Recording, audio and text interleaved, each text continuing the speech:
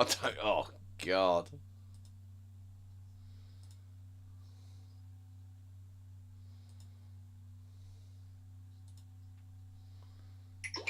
I I really really would recommend you do a trial. I really really would recommend you do a trial run on Wednesday. I don't even know why it stopped. Oh, it's all right. We're back. We're back everywhere. Oh, so we don't have to restart. No, I don't have to restart. I think we're all. I think we're all So, tickety-boo. as Gilles de Rais said in his trial, what's up with these modern games? They really, say they've really got would gameplay recommend. elements in them, but it's just an interactive fucking trailer. You don't even have to put your hand on the controller, and it plays itself. And this is why I slaughtered all those children. Gilles de Rais. Yeah. And then you see the inquisitors at the trial said, "Mate, what the fuck are you on about? What's a PlayStation?" What do you mean? There's a game called Mixtape? What's a mixtape? What is mixed back everywhere? They burnt him at the stake because they said he was stark raving mad. He was talking about this game called Dustborn, where you beat up male oppressors. Do you beat up dust? Yeah, you're born from dust because you're dusty. Yeah. You're one of those ashy skinned ones.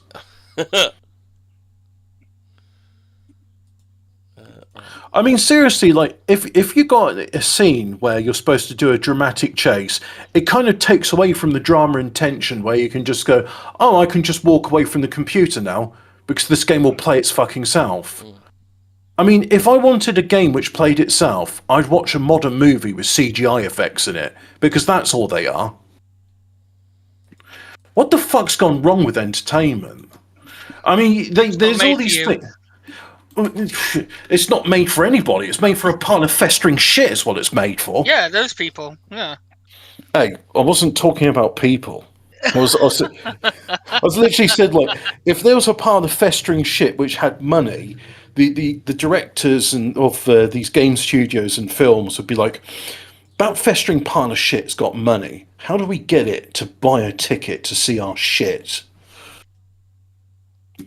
It's like, oh, well, if you try putting Pablo Pascal and Zendaya in it, oh, yeah, festering piles of shit, love that. It tests really well with our festering piles of shit demographic.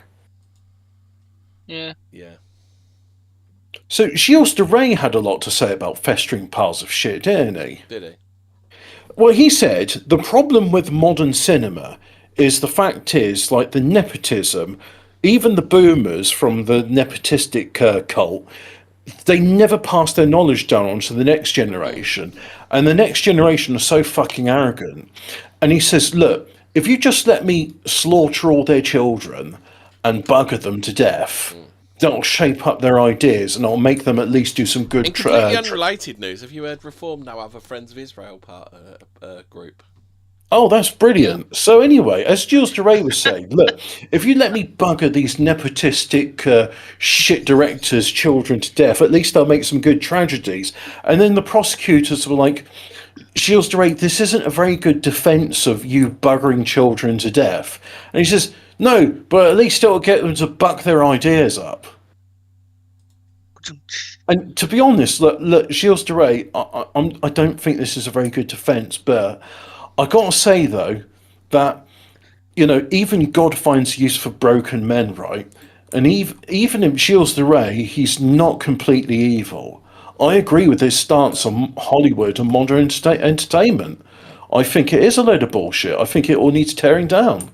But I wouldn't necessarily suggest we do it in the way Gilles de Rais says we should do it. I would have to disavow that. Yeah, he's a bit of a Jeffrey Epstein, isn't he? Right, so Gilles de Rais' criminal life. Oh, we fixed the OBS issue then, or not? Yeah, ages ago. Oh, right, okay. Oh. That's why I've been talking about Gilles de Rais' take on modern Hollywood.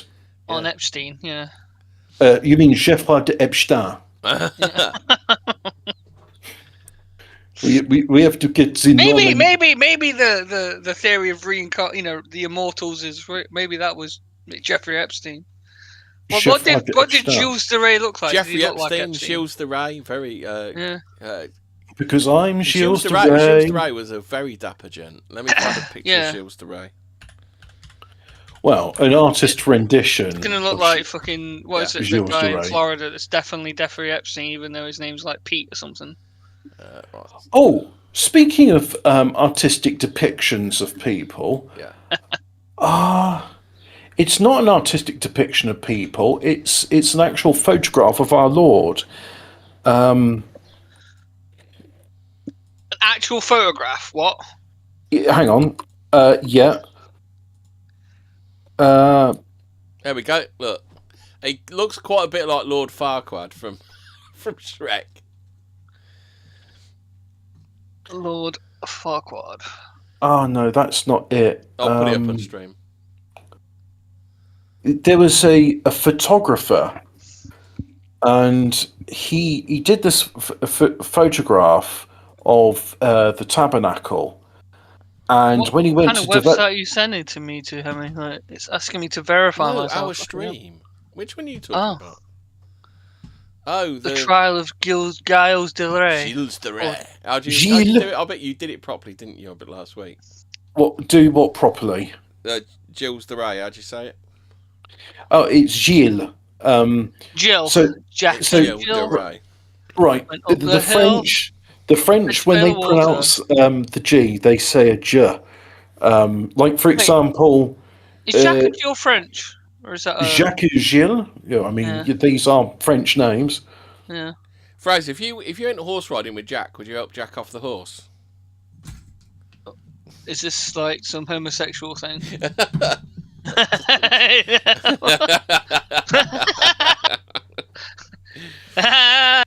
No. So you wouldn't help Jack off the horse? You'd just let him get stuck on the horse then, would you? Yeah. Are we even live? Because there's nobody in the chat. That's what I'm saying. Well, shall I have a listen to... I'll go onto the Rumble stream. Oh, apparently we've got 2 concurrent viewers in there. Oh, what is Rumble's... Rumble Studios says we've got a total of 4 viewers. We've got big numbers tonight, lads. Right, yeah, the Rumble's about a minute or so behind because it's talking about the horse. Yeah. Oh, Blessed Charles de Fogold? Yeah. I do struggle with those French names, apparently. Yeah, I do struggle with those Greek names. This, come on, where's the there's a website about it. The centenary year of Charles de Foucauld. Yeah, let's call him Foucauld. Charles de Foucauld, the French priest of the Sahara Desert, spent his last day within the walls of his fortified hermitage in Tamanrasset, which is 4,600 feet above sea level in the Hogar Mountains of southern Algeria. Towards the evening of the 1st of December 1916, he heard 3 knocks on the door. Charles opened it, expecting to deliver a mail, but instead bandits roughly dragged him outside. Yeah, okay, what's this about the photograph of the Eucharist? Anyway, he was tied hands behind his back and forced to kneel. His home and sanctuary of prayer was ransacked. So what's this got to do about like the photograph of this isn't. I'm trying to find the photo, the Blessed Charles II of the Eucharist that developed into a photo of the child Jesus. Hello, we are sorry, but we're not familiar with the photo referred in your comment. Oh, that's good. Thank you. I really want to get some prayer cards with that picture. So adorable. The one picture I saw was on Pinterest.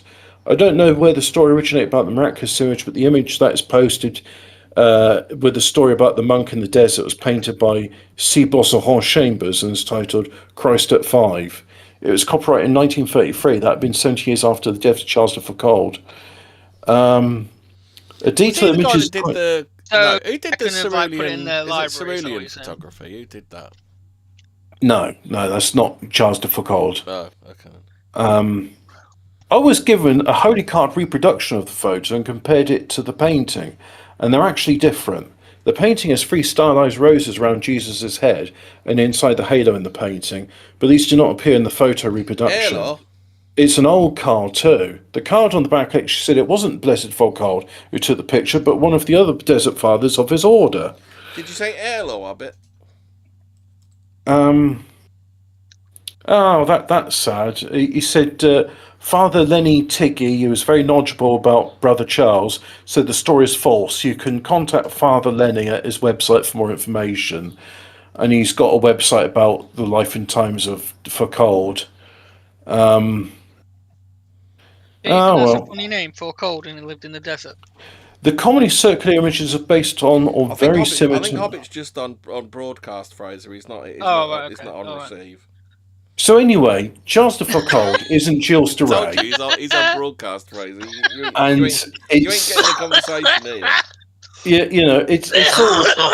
I mean, it's all. You've killed Fraser. He's not listening to my funny jokes, Yeah. Well, yeah, but I was hoping there'll be something nice before we deal with Giles de Rais. Because I do struggle with those French names, as we all well know. Yeah. I have to verify I'm human twice. Murder. I fucking love it on websites. Like the other day, I was on, actually a few minutes ago, I was on songlyrics.com. It's like, verify your human security check. It's like, yes, Song Lyrics, because you're really an important website that's going to get hacked at any minute. Oh, that's good. The fucking website's not going to load now. Which one? That's great. That's good. That's not frustrating in the... it's loaded. That's nice. Yeah. Who was the worst criminal of all time, and why is it Geoffroy de Epstein? Yeah. I'd skip all that because otherwise I'd probably skip to criminal life because I think we've done enough of the middle ages. If you want to know more about who Gilles de Rais is, consult our previous 2 episodes on Gilles de Rais. Because Hobbit was determined to blue ball you for 2 weeks. Mm-hmm. No, I wasn't. I was determined to give people the important foundation as to why Gilles de Rais was such a well-known figure. But then Wikipedia was attempted to blue ball me as well, to the point I gave up. Beginning in 1432 or late 1433, soon after the death of Gilles' grandfather, children began disappearing. No. Right. No. Yeah. Bataille. So some guy called Bataille speculates that for Rais, the death of his brutal grandfather must free him, relieve him, and unhinge him at the same time. Disgraced by the king, Gilles de Rais increasingly withdrew from public life during the mid-1430s. So he was graced by the king, but then he got disgraced by the king. Yeah. So he withdrew from public life. Don't you get disgraced by your own actions, not by somebody else disgracing you? Well, it says here he was disgraced by the king, and I'm not going to think further on it because I want to get through this shit. So he became increasingly withdrawn from public life during the mid-1430s to pursue obsessively his own diabolical and sexual interests. I assume these 2 things are overlapping. That's why they said the same thing. The Venn diagram. His diabolical and sexual interests. Well, I seem to remember this thing about... is the sweet spot in between. Yeah, Gilles de Rais is smack dab in the middle of this Venn diagram. Many of the missing children... It's not a Venn diagram, it's just a circle. It's just a circle, just Gilles de Rais in a circle. there's no separation between these 2 elements here. Many of the Venn diagram. Where is it? It's just a circle. Many of the missing children. This Venn diagram is just one circle. What are you on about? Many of the missing children were last seen begging for alms by the gates of one of Rais' residences. Try saying that after a couple of glasses of Chartreuse. Servants or cousins of Rais. Well, I assume you've got to say alms differently because otherwise it sounds like he was begging for alms. Like, you got an arm, mate, a lefty. You got a lefty arm. So when I look at the word ALM, stranger, you got any spare arms? Yeah, got any spare arms. When I look at the plural of the word which is spelled ALM, to me that's alms. Yeah, I know it is, but the thing is though, when you pronounce it, you always pronounce it as arms, don't you? Look, if I'm saying the things what are attached to my shoulder, that's an arm, right? Arm. And when children are begging for handouts, they're asking for alms. Yeah. There's a word. Look, this is like when we're talking about that Baron of Crillon, and you're thinking, "Oh, I just fucking said it." No, the Baron of Crillon is not to be confused with the Baron of Crillon. There's no Baron of Crillon. Sorry, right. The writing instrument. Wouldn't the CEO of Crayola be the Baron of Crayon? The writing implement we call a pencil, the French refer to as a crayon. Yeah. And a baron that was associated with Gilles de Rais was the Baron of Créon, which is a completely different... Look, there's a world of difference between these two things. I am making the crashing sound in a different part of my mouth. Burger. Mais enfin, je dis burger. Comment ça se fait? Ripper burger. Well, we should probably do Ripper Burger and exorcisms in another episode. Yeah. So servants or cousins of Rais, living at the master's expense, often met the beggars at the gate and distributed clothes, money, and food. If there was a beautiful boy in the group, he might be promised a treat if they would follow the servant into the castle kitchen. Do you want to come see my puppies? Oh, no. So, a prototypical... So this is the origin of don't get in the white van. This is what I'm calling the prototype Jimmy de Saville. Promised them a treat. Unfortunately, they never came out. Others were last seen running errands to Rais Castle.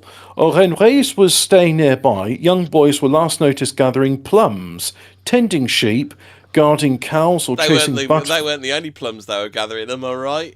Yeah. Or chasing butterflies in the woods. Sometimes worried parents approached some of Rais' people and asked about the whereabouts of their children, only to receive shrug. Yeah, well, they received the Gallic shrug, or be told not to worry, that they will turn up soon enough. What happened to the children was a mystery. Well, it's not really a mystery, is it? But peasants occasionally reported seeing at night red glares and hearing cries coming from a casement high up in the castle tower. Ooh, red glares? What's that? Yeah, well, it's a glare that's red. So, yeah, but what causing the red glare? Well, I would refer to one of the earliest Fortean word episodes about Mothman. Mothman. Mothman. Yeah, they're Mothman, Fraser. They're not to be confused with Rotherhams. Yeah, the Mothman. Yeah. In 1438, Rais... It's Spider-Man, not Spider-Man. No, it's Batman. Spider-Man. It's Batman, not Batman. Batman. Did you do the Batman episode of Dope Movies No. and Shows? The gag yes. from Matt, it was Batman, not Batman. Because there was like a early 50s, late 40s Batman show. Yeah, you did watch it, didn't you? Yeah, just incredibly racist, just like Stormfront from The Boys. She didn't like the yellow people. I was going to say there was a lot about the yellow peril that Batman had to fight. Batman was just as much of a racist as Stormfront from The Boys. Do you think Batman would have fought Gilles de Rais, or would have been like, well, you're not promoting drugs, so I'm going to overlook your misdeeds. Also, you're rich. Yeah. You're a fellow man, a man of fellow taste. Yeah, that's it. It's like, who's Batman's villain? Is it Lex Luthor? He's a rich businessman. Yeah. He never bothers him. In 1438, Rais' money problems led to him to sell his castle at Champtossé. Was it too many? Had he been buying too many puppies? Is that he could feed them all? Let me ask the Google Translate lady, because she helps me when I'm struggling with them French names, right? Yeah. I'm going to put, so he had a chateau in Champtossé, and I'm going to listen to how she says it. Champtossé. Okay, so I did get it right. So he sold his castle at Champtossé for 100,000 gold crowns. Ooh. Well, they're talking about francs because they weren't using crowns. Then that's francs. So 100,000 francs. But before turning over possession, Rais ordered 5 of his men. So, unless you're a scholar of medieval history and currency, in 1438. What was the principal currency of France? Was it the livre? Was it the franc? You know what? I really need to find out this right now. What currency did France use in 1438? You're going to have a lot of egg on your face if it turns out to be the gold crown, I bet. It's the French livre. Yeah. So the livre is French for pound. Yeah. It just means not to be confused with the Louvre, which is a art gallery. So they even did something very similar to pound, shillings, and pence. So the pound, which was a livre, was divided into 20 sous, so shillings, and subsequently 240 deniers. So you know we have pound, shilling, and pence was L, S, and D. Well, because that's all from well, I say it's all from Latin. The Latins didn't use shillings, but the L is for Latin for pound, which is lira, and the D is Latin for denari, which I mean we changed it to pence. Yeah. So he sold it for £100,000, not gold crowns, dickhead. It's important when you do this. Like even somebody like my doubloons instead. That's better. How many doubloons to a livre? He sold it for 100,000 medieval Bitcoin. There we go. But before turning over possession, Rais ordered 5 of his manservants to go to. He sold it for 100,000 Rais coin. He sold it for 100,000 pictures of ugly fucking chimps. Do you remember when people were buying those things? Yeah.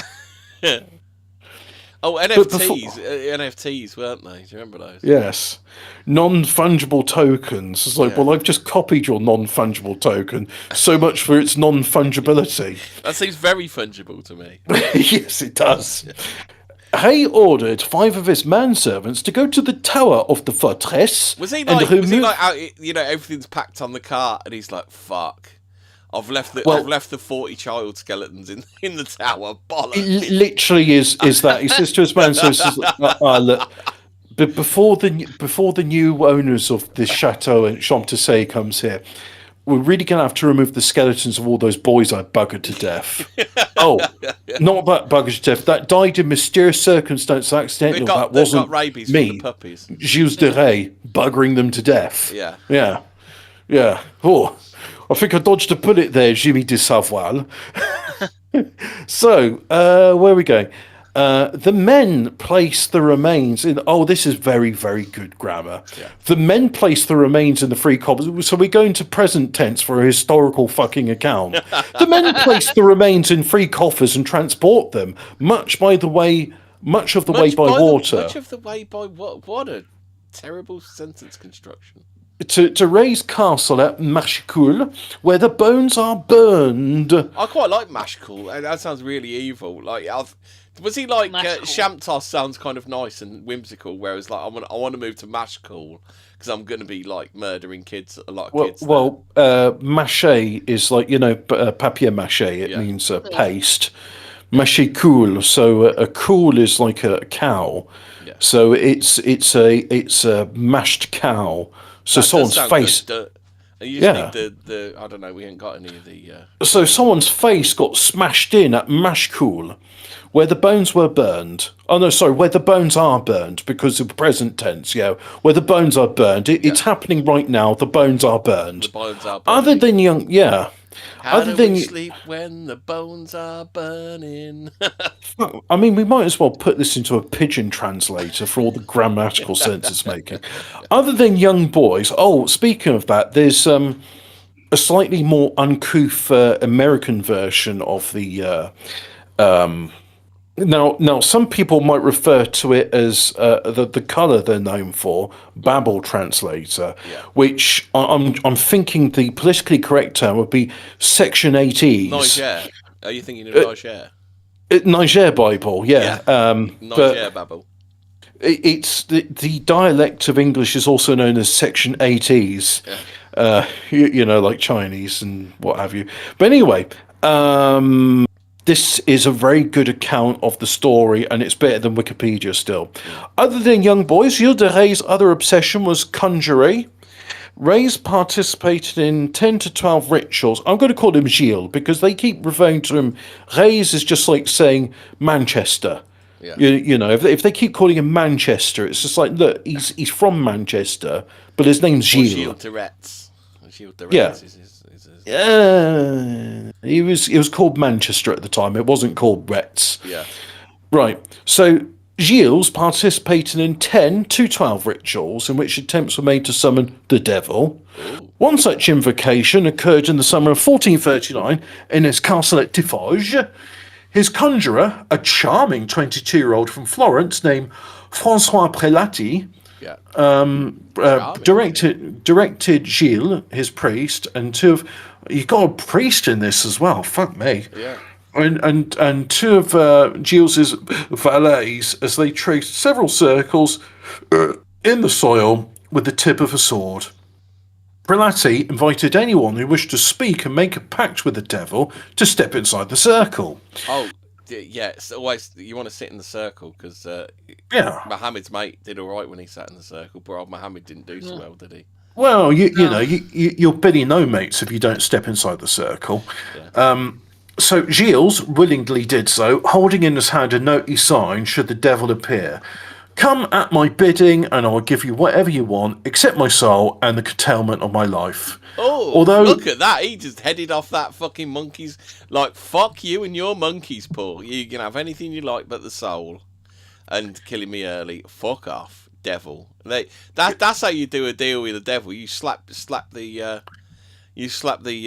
I'm told that the devil is a lawyer that is so good, even Better Call Saul of like, I've got no fucking chance here, mate. Yeah. So I'm sure he'd find a way to twist those words and make it work to his bidding. You're not going to outsmart a fucking demon, especially not the devil. Although he did everything he could, Giles reported later he never actually saw or spoke to the devil on this or any other invocations, although he became convinced that the other participants had. Oh, is this like, I did summon the devil, but I didn't inhale? Is that what he's saying? Well, I never saw the devil, but everyone else, they totally did, and they're all scared of him, but I wasn't scared of him because I was busy buggering a child to death. I'm Giles de Rais. Giles seemed to attribute the devil's hesitation to appear to him to be the result of a dissatisfaction that the devil had with his behaviour. Giles did, however, begin wearing around his neck a silver box containing a black powder, which his conjurer, and likely laveur, told him was a present given by Prelati's personal demon and intended for Giles. By late fall, we're using late fall of the year. Yeah. That's autumn to people that speak traditional English. Yeah. As opposed to simplified English. At Prelati's urging, and in a desperate effort to make contact with the devil, Giles prepared an offering on glass and covered in linen of the heart and hand and possibly eyes. On a bit of glass? Well, no. That's we'd have to look to the Teutonic Night Order for that. The French thing is what you do is you give the heart and the hand and possibly eyes of a boy he had just killed. Yeah, possibly eyes. We don't know. Or by early 1440, Giles is huge. Know a lot, but not know a lot at exactly the same time, don't they? These people that write this up. Well, it's a lot of it's conjecture. By early 1440, Giles's huge personal fortune was virtually exhausted. To raise funds, he sold one of his last remaining castles, Saint-Étienne de Mermotte. That means Saint Star of the Dead Sea. Okay. To a nobleman and the treasurer of Brittany, a man named Geoffroy Le Ferron. Geoffroy Epstein. Yeah. So he said, "Oh, Geoffroy de Ferron, would you like this castle?" And he says, "Oh, that'll be perfect for my little Virgin Island or something, or whatever it's called." But Giles had second thoughts about the sale of his castle. In an undeniably rash move, editorializing here, Giles attempted to forcibly take back his castle. Giles found that Le Ferron had assigned protection of his purchased castle to his brother Jean, a clergyman protected with ecclesiastical immunity. But that reminds me of, was it? Lethal Weapon. Ecclesiastical immunity. Oh, yeah. It's like, your immunity's been revoked, pal. Revoked, motherfucker. So, you see, even though you've got ecclesiastical immunity, so I'm guessing this Geoffroy of de Ferron knew about Giles's, Jojo brush with the church. I went down to the crossroads to do a deal with the devil. He took a look at me and said, "Try cash converters." Oh, God. So where we got the castle clergy, yeah. So he refused to let any immunity stop him from bursting, screaming. So bursting, what? He was bursting for a piss. He's just running through. Ah! He's bursting, going. Ah! Now I am going to add some words that are not written on this thing here, just for the sake of my sanity. Yeah. But Gilles de Rais refused to let any immunity stop him from bursting in, screaming, into the village church where Jean Le Ferrand was officiating in the service, dragging the clergyman to the castle, forcing him to open the castle doors, and then putting him in irons. It was Gilles' wild impulse to retake his castle and hold Jean Le Ferrand hostage, not his bloody murder of unnumbered peasant boys and a few girls, that would prove his undoing. Geoffroy Le Ferrand had power. It's never the bugger in the children that's the problem. It's pissing off the wrong person. So you see, Geoffroy Le Ferrand had powerful allies like Lex Friedman and Bill Crystal. Yeah. Before long, the Duke of Brittany enlisted his brother. Yeah. The Duke of Brittany enlisted his brother, Peter Mandelson. The constable of King Charles VII. Yeah, the constable of King Charles, and his name was Jean Labby, and 20 additional men to liberate John. His name's Jean. He's John. He's the French version of John. Yeah. Meanwhile, and it's pronounced Jean. Meanwhile, do you know what's really annoying about that? Yeah. In France now, John is an actual name, and it's spelled Jon, and it's pronounced John. And it's like, for fuck's sake, so the Anglicized Jean is John, and then they go, oh, we like his Anglo name, John. We should call our son John. It's like, but you have it. Your name is Jean. It's like, oh, yes, but that is old-fashioned. Oh, and the worst thing of this is, like, one of my uncles is actually called Jean-Jacques. And I was like, hang on, isn't Jack, like, it's a corruption of John, right? I like the Americans think Jack is short for John. How the fuck is Jack short for John? They're the same length. How the hell? Oh, and the worst thing is when you get John and you shorten it to Jackie. It's like, well, John's a monosyllabic word, and you've just turned it into Jack-E. Those are 2 syllables in there. Who the fuck calls John Jackie? What? No, John Kennedy. They call him Jack, don't they? Jack Kennedy. And they've also called him Jackie Kennedy. Yeah. I'm not making this up. Not getting confused with Jackie Kennedy, his wife. No, I'm not. You sure? Okay. The Americans are. Okay. Yeah, but the Americans named their boy Shirley and Leslie and things like that. The girls' names. Yeah. Marion. So, John Wayne, Marion. I can't remember. Marion. That's it. Yeah, that's a great name. Yeah, so we all know America's like New Babylon, but. So meanwhile, rumours about Giles being responsible for large numbers of missing children, became too pervasive for the church authorities to ignore. So in July 1440, the bishop... So for quite a while they've been going, la, la, la, la, la, can't hear you. It's just when the mountain, they could see it over the hedgerows, the bodies of boy corpses, they couldn't ignore it anymore. And the descendants of those children grew up to be councillors and MPs in Rotherham and coppers in Rotherham. How is like the former currency of France, the French franc, only used between 1960 and 2002? What the fuck were they using before 1960? The Reichsmark. Yeah. And it gets to 1960 and then some points out to Charles. Yeah, the Deutschmark, yeah. Well, back then for a while there, we're using the Deutschmark, I think. Yeah. Some points to Charles de Gaulle and says, Mr. President, sir, we happen to have one World War II. We don't have to use the Reichsmark. Oh, but I like it so. But I like it so much. It looks very good. Why do we have to print our own money? I love the eagle. The eagle looks so very majestic. It is so nice. Why don't we have it? It's like so. What was Oh, you'll love this. So the currency was pegged by KMF, XAF and XOF, XPF, ADFs and MCFs. Okay. So it's great. So what happened? Like what was in use before 1960 then? Because I must. Two cows and your firstborn son. So the new franc was in 1960, January 1960. After franc. World War II, France devalued its currency with the Bretton Woods system on several occasions, beginning in 1945 at a rate 480 francs to the British pound. Oh, do you know that Hate Bus used the Richie song this week? So they became in Zimbabwe for like 16 years, is that what you're saying? Well, the inflation wasn't so bad. Look, at a time, right, the British pound used to have a great exchange rate because we used to export things all around the world. Yeah. And the natural mechanism of that is it made our currency more valuable. Well, do you remember when the pound used to be about $2, didn't it? Well, in 1945 it was worth more than that. And here's in terms of francs, right? So 480 francs will buy you a British pound. 120 francs will buy you a US dollar. And by 1949, the rate was 980 to the pound and 350 to the dollar. And then I guess they said, oh, well, let's make a new French franc. So 100 existing francs making one nouveau franc. Oh, so they deflated by 100 times.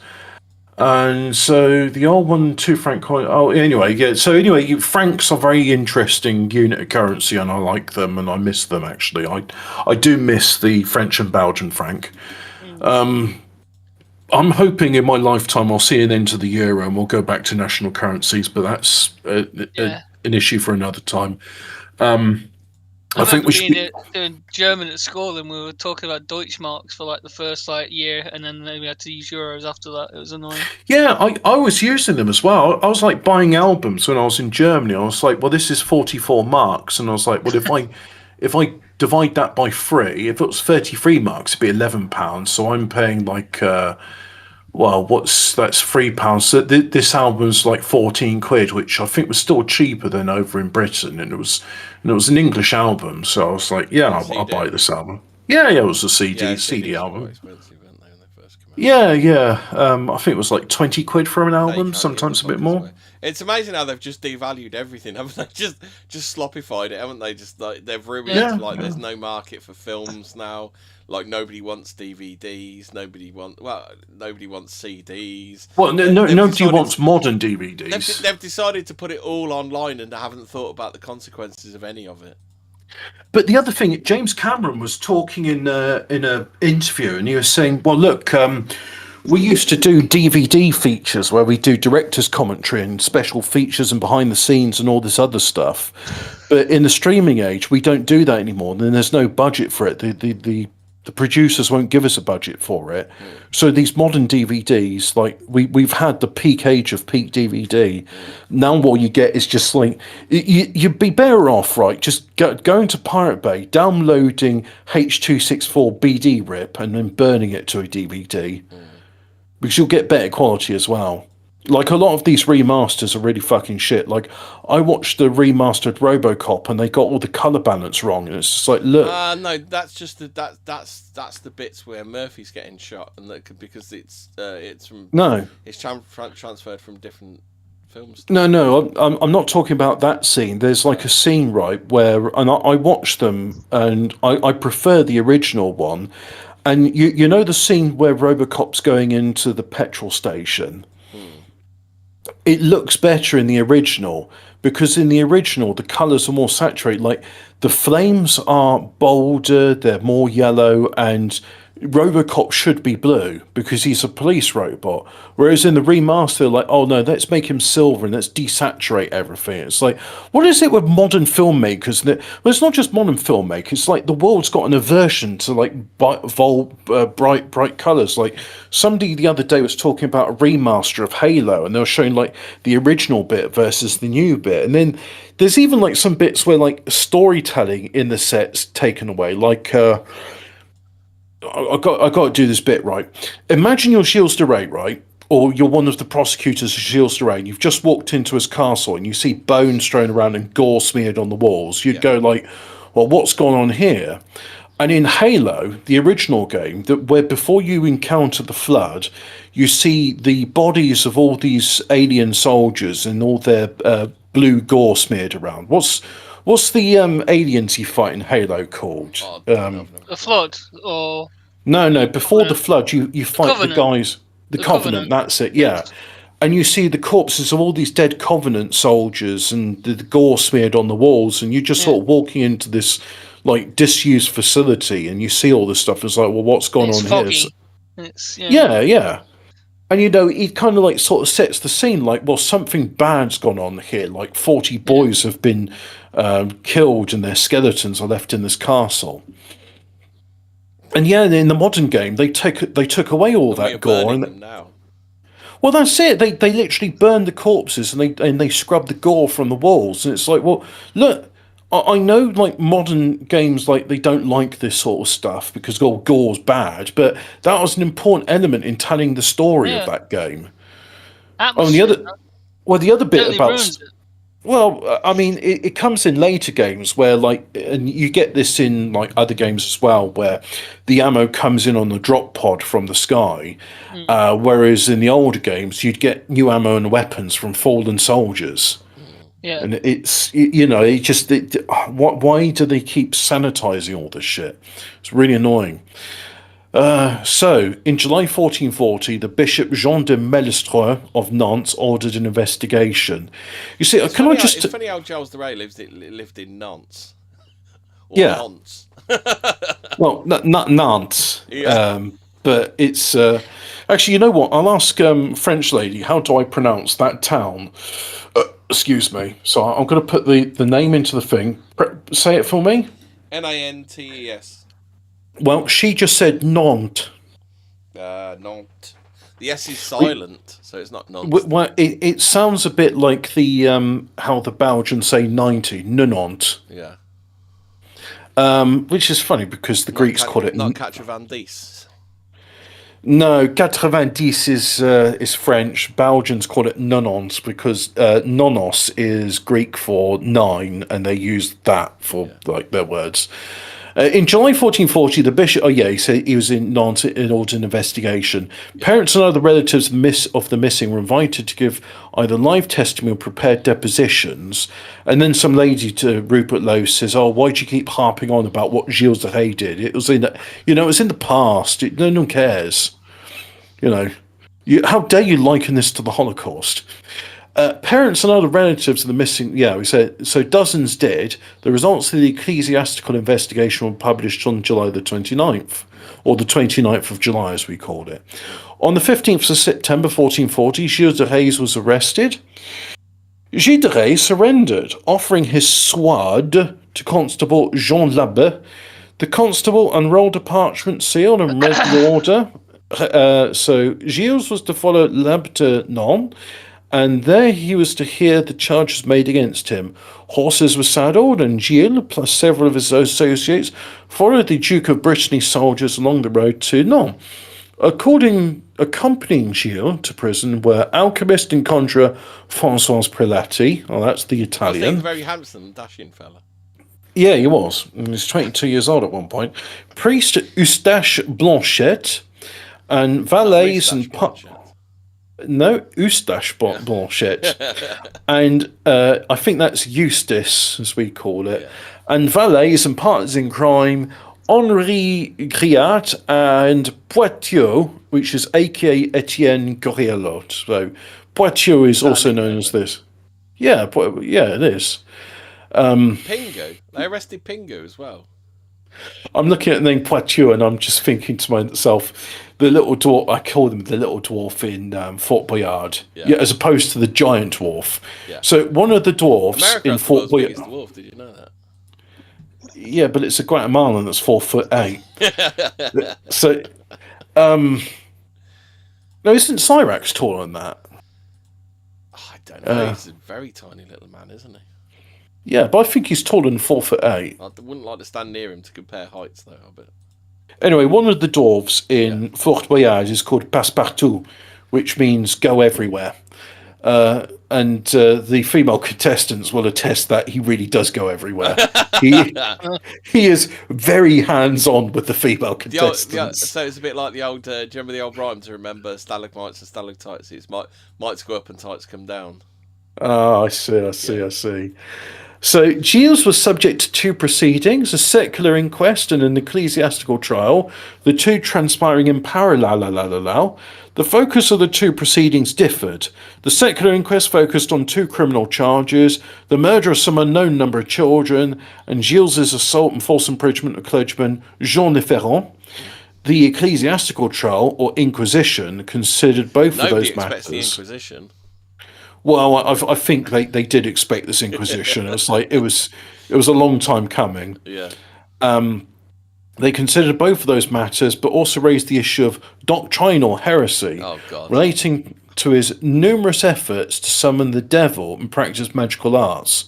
A secular inquest ending in a trial also differs from an ecclesiastical trial in their respective conclusions. Guilt in an ecclesiastical court results in excommunication and makes the accused subject to other lawful punishments. So, Niall, I know you're a fan of the show. Yeah. It has to go to an inquisition before you can excommunicate someone. Yeah. And also you have to be an ordained member of the fucking clergy to excommunicate. Pardon my French. Also, being a member of the same religion would help as well. Yeah, that it's like it's all well and good if you're you're a Pentecostal and you're excommunicating a Catholic. It just doesn't really work. A secular. What was he even? Oh, actually, no. Let's not get into that. I just got really annoyed with him and said, "Fuck you," really. Relating to his numerous. A secular inquiry. Well, it got to a certain point where I just go, "Oh, okay, we're not arguing good faith anymore." I think I said, "Yeah, you know what? Abortion's for everybody, especially you." A secular inquest ending in a trial also differs from an ecclesiastical trial in their respective conclusions. Guilt in an ecclesiastical court, yes, excommunications. Yeah. Guilt in the secular trial ends in a specific sentence, likely execution in the case of such charges as Giles faced. More or less complete First records. Offense, probably get away with execution. I love this fucking get out clause here. More or less complete records. Well, which is it? Is it more or is it less? More, I think less. More or less complete records exist of Giles's. No, look. I just if you're like really autistic like me and you have no sense of humour, yeah, unlike me, and you're listening to me laughing at this serious subject matter, I'm not laughing at the serious subject matter. I'm laughing at the fact that so much of this is just like conjecture, speculation. Well, we don't really know, but you know, best guess says. But why let what history says get in the way of a good story? Yeah, we'll just add some facts here which may or may not be true. It was real in the historian's mind. So, more or less complete records exist of Giles' ecclesiastical trial, but some of the records of his secular proceedings were destroyed in a fire, and what remains is incomplete. Oh, wow, that's convenient.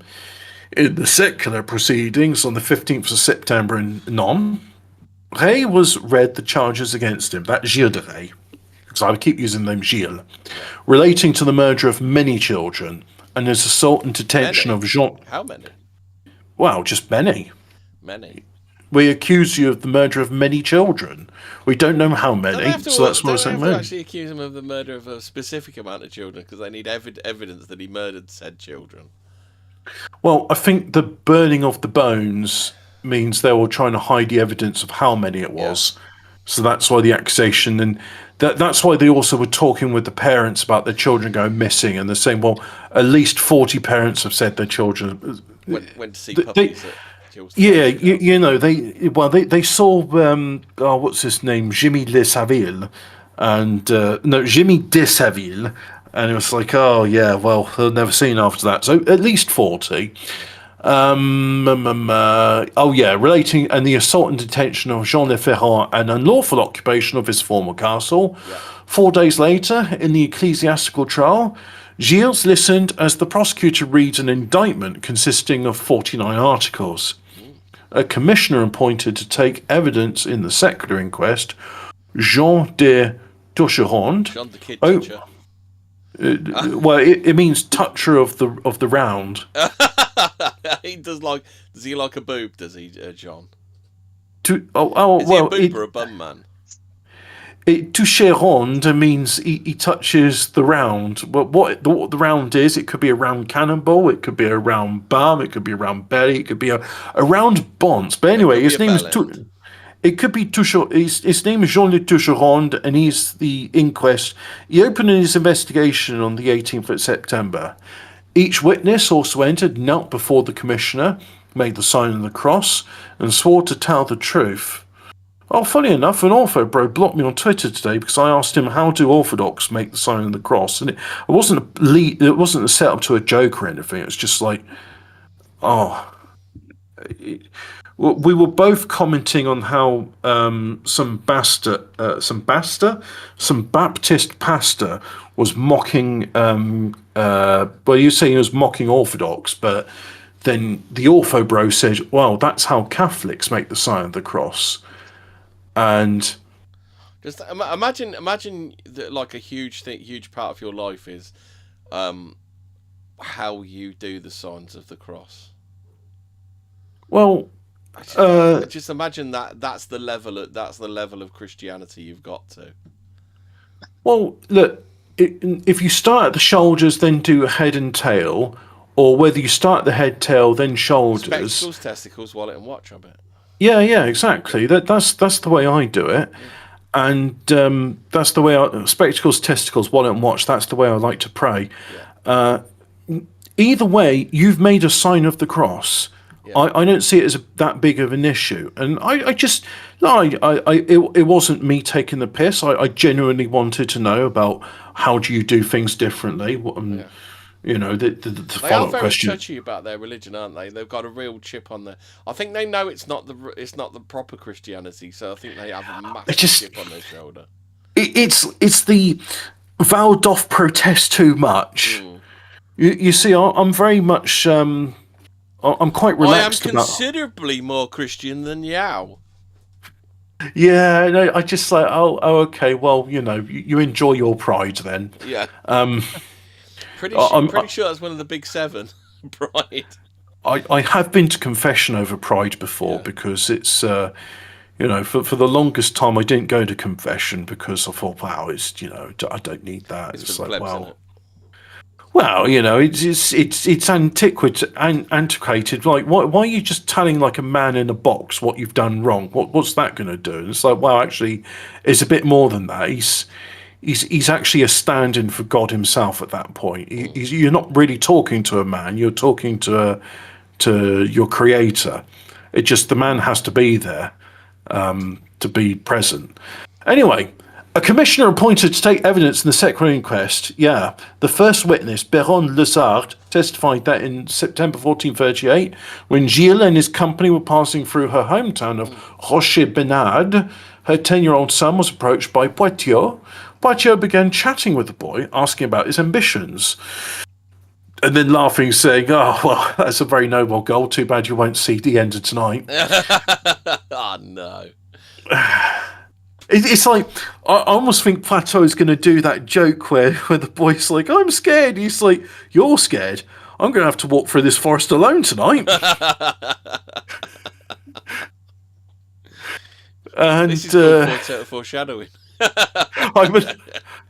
It's also called gallows humour. I'm trying to make light of what's a very serious thing. It's not going to be a nice thing. I don't know what's coming next, but I'm guessing it's not going to be very nice. Yeah. When the boy said his hope was to become a soldier, Poitou suggested that the child accompany him to Marchicoul, where he'd be taught military skills. Lessart testified that she protested, telling Poitou the boy was doing well in school, but they've misspelled. That's Poitou. I think that's a spelling error. They've misspelled his name. But Poitou won permission to carry the boy after giving her some money. She saw her son off on a horse the next day. Tearfully asking Gilles de Rais to treat her son kindly, he made no reply. But Poitou said her son was as beautiful as an angel. She never saw her son again. Witness after witness, that's not going to fill a mother with any reassurances. That's called foreshadowing. That's called you don't really talk about how beautiful a soldier is. Witness after witness in hearings over the course. Shouldn't her curiosity have been piqued at that point? She should have gone, "You're not really a soldier, eh?" At that point, it'd be like, look, take your money back. I'll have my son. Yeah. Witness after witness, in hearings over the course of the next 3 weeks, told stories of lost children, mostly boys. A common story told by multiple parents was of sending their young children off to seek alms at Rais Castle in Marchicoul, that's Gilles de Rais, only to have them never return. Other witnesses told stories that implicated Gilles or his accomplices. A shoemaker from Marchicoul, where parental worries about snatched children were commonplace, testified about that's horrible. Testified about the sudden disappearance of a boy last seen picking apples. He said the relatives of the lost children were afraid to speak up, fearing violent reprisals from Gilles' men. A woman from the hamlet of La Boucadière, near Marchicoul, testified that she had left her 8-year-old son at home to tend to her infant daughter, while she left to plant hemp in a field. Oh, God. Fucking junkie. Yeah, bitch. Yeah. Getting high in the field of hemp. When she returned home, she found her daughter, but her son was missing, never to be seen again. Other witnesses told of other disappearances. An 18-year-old boy last seen playing with a ball of thread near Gilles' castle. With balls of thread. Was he a special little fella? Was he? Well, he could have been like the French equivalent of Marcelin. A 12-year-old also. Everybody, I'm playing with my string. Gilles de Rais, you're grounded. Go to your castle. Wah. Stone Cold Steve Austin of Poitiers, what are you doing here? Wah. Hey, Fraser, what are you sipping on? I was thinking, like, what were you all sipping on? I've got a bottle of ketchup here. It's not very refreshing. Oh, Coke. Why? Fuck you. Where's your Iron Brew 1901, original and unimproved? Yeah. This show is brought to you by Iron Brew, by the way. Iron Brew 1901. Yeah. The original and unimproved recipe. Dank dudes, that is. I do like it. Now, here's an interesting fact, right? Modern Iron Brew contains caffeine. The original and unimproved recipe does not. It contains quinine. It's it's posh. You can have a gin and Iron Brew if you use the original 1901. Oh, God, I really want a gin and Iron Brew now. Can we make this happen? Have you got some 1901 at your place? No, but the B&M ain't far away. B&M's always got 1901. Oh, shall we get like one of those little half bottles of gin and try it? What Gordon's? Are we going for Gordon's, are we? Oh, Tesco own brand gin. It doesn't have, gin's gin, isn't it? It's all the same. There's a small chance I've got a bottle of gin. I don't know. I haven't got any gin and I've looked, but get some ice cubes, some gin and Iron Brew. Yeah. Oh, I really want that right now. All I've got is bloody Pimm's. What's Pimm's? You got lemonade? No, I don't. Oh, God, that's awful then. Because you can't drink the Pimm's without lemonade, can you? Well, you just put the Pimm's in the freezer for a bit, it's alright. Oh, Hobbit. I know. Hobbit, you're a beast of the field. I tell you what I had the other day, which was quite good. So, Angostura bitters? Yeah.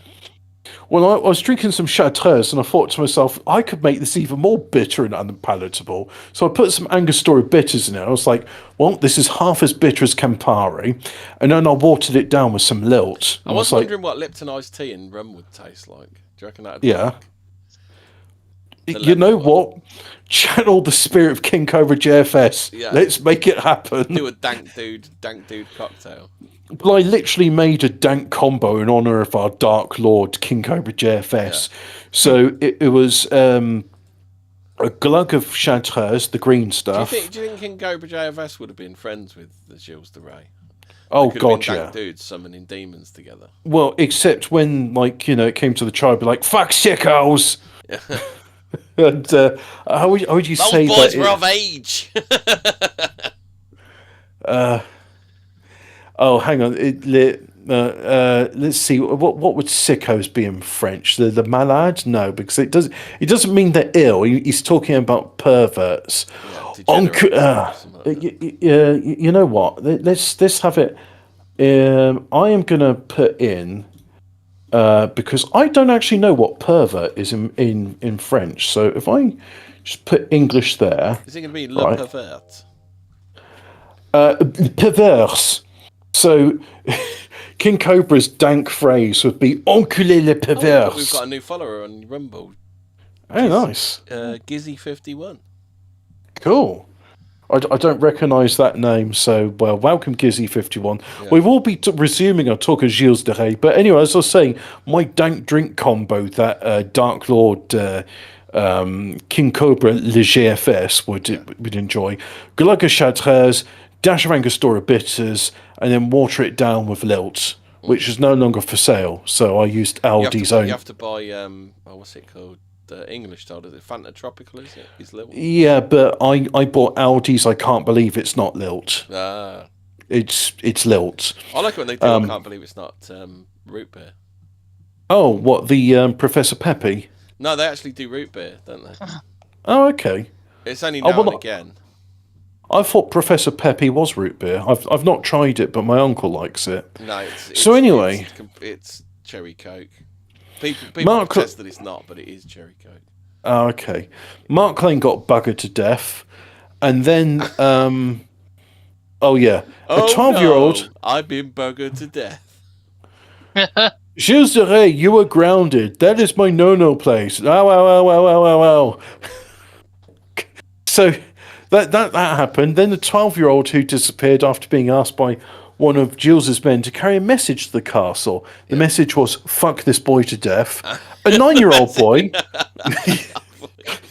Yeah, you know what? I suspect Giles didn't even read the message. He was just like, oh, okay, another victim. Yeah. The message was ancillary to the act of the crime.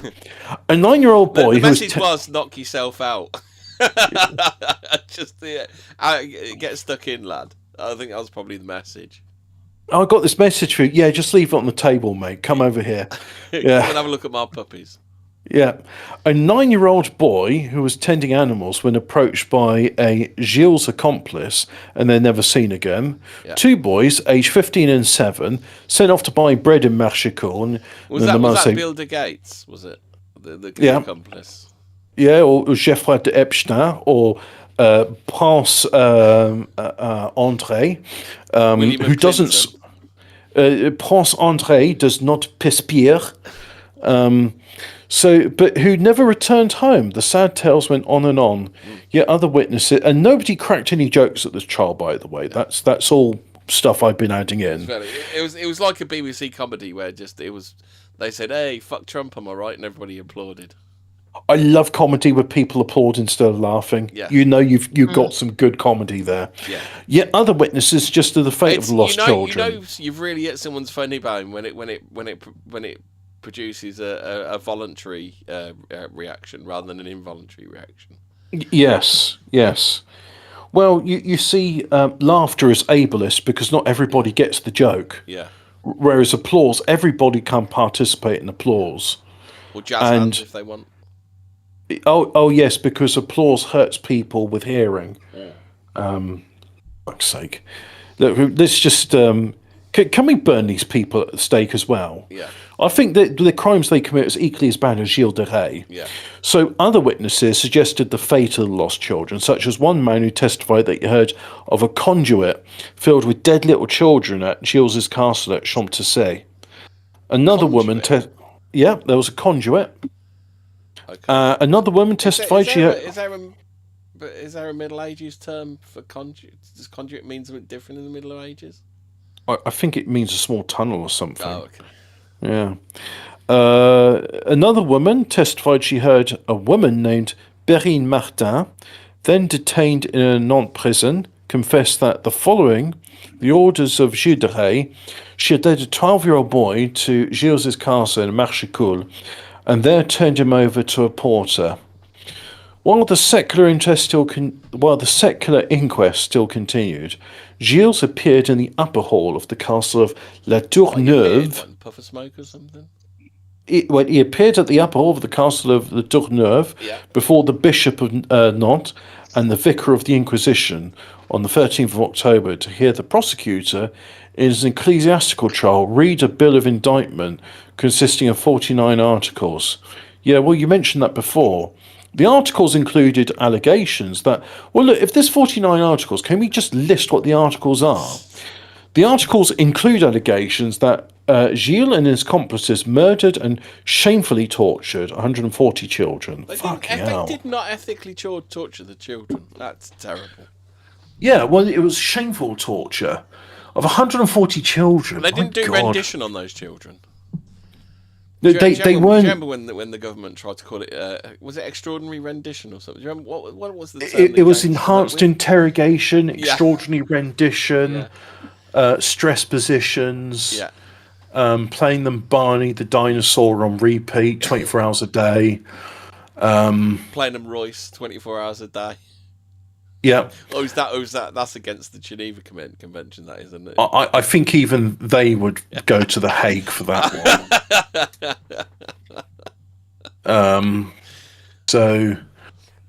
Violated ecclesiastical immunity in seizing and confining Jean Le Ferrand. Ecclesiastical immunity. The indictment lists the places where the child murders allegedly occurred, including the Chantilly Castle, the House of Les Sueurs in Nantes, the Marchecoul and Tiffauges castles, and other locations. Some murders are specified in detail, including the murder that facilitated the offering of a boy's body parts in invocation of demons. Indictment calls for excommunication and other lawful punishments. It would have been better if it was other awful punishments. That'd be better. Oh, there's a I say a photograph. There's a painting of the ecclesiastical trial. I'll put that up. Yeah. Giles denied the authority of the ecclesiastical judges. He told me rather be hanged by a rope around my neck than respond to their charges. Yeah. After listening to his rants and refusal to answer the charges, the judge pronounces Giles as excommunicated. I think it was a foregone conclusion. Oh, really. great. I can't put any more up or do anything with OBS has properly shit the bed this time. It's still running. It's still running, but it's decided that it doesn't want to. That it doesn't want to respond to any buttons that I push. When I come over, can I have a look at your shit and fix it? I think it just needs I think it just needs. You just need to download more RAM, mate. That's what you need to do. Oh, it does need an update, so I think that's probably part of it as well. What do you mean you lost the baby? Go find it. Yeah. 2 days later, Giles had second thoughts. Excommunication can have a powerful impact on the faithful. Really? Giles accepted the authority of his judges, admitted I was initially committed and perpetrated the crimes he was accused. Oh no, he admitted I maliciously committed and perpetrated the crimes he was accused of. He then humbly, devoutly, and devoutly asked the judges to pardon him for his behaviour in the previous hearing. The judge accepted the apology and agreed to lift his excommunication. That was very charitable. With the excommunication. With the excommunication lifted, Giles backtracked again and admitted only to insignificant facts outlined in the bill of indictment. Just kidding, I'm actually a cunt and I have my fingers crossed behind my back. Ah, silly you. I was only pretending to be what's the word I'm looking for? Repenting? Yeah. I was only to repent. I was only pretending to ask forgiveness. I'm not really. What? Oh my god! I'm looking at this person like carving an artichoke, and I'm just like, there's all this stuff which is not eaten. It's like, well, what's the fucking point? And the caption says Dutch people after receiving their salary after 75% income tax. Fuck me, really? Yeah, you thought it was bad in this country. But Dutch really Oscar. Well, I mean, have you seen the fun new thing with Twitter? You now have to put a passcode in to read your private messages. They really fucking hate you doing private messages. I don't even. Don't they? I don't even get private messages, so I wouldn't know. Yeah, we're not popular, Hemi, like you. You know. Oh, so somebody in the comments says you can eat almost every part of the artichoke. This is just showing how to get to the heart, the most tender and mildest part of the plant. All right. So the prosecutor in the ecclesiastical trial held all the cards. He called among 19 total witnesses. They're playing cards. They weren't taking this very seriously, were they? Well, he held cards, you see. So he called in 19 total witnesses, the valets Henriette and Poitiers, the conjuror Prelati, Blanchette, which is Giles de Rais' personal priest. What the fuck are you doing, Blanchette? And Perrine Martin, one of Gilles' procureurs of children. Oh, so that was the Justin. No, that's Le Justin de Maxwell. How would I say that in French? Let me. Is there a French word for Justin? Is it? Give me a second, right? This is important. We get the people need to have like the translation of this, right? Yeah. So,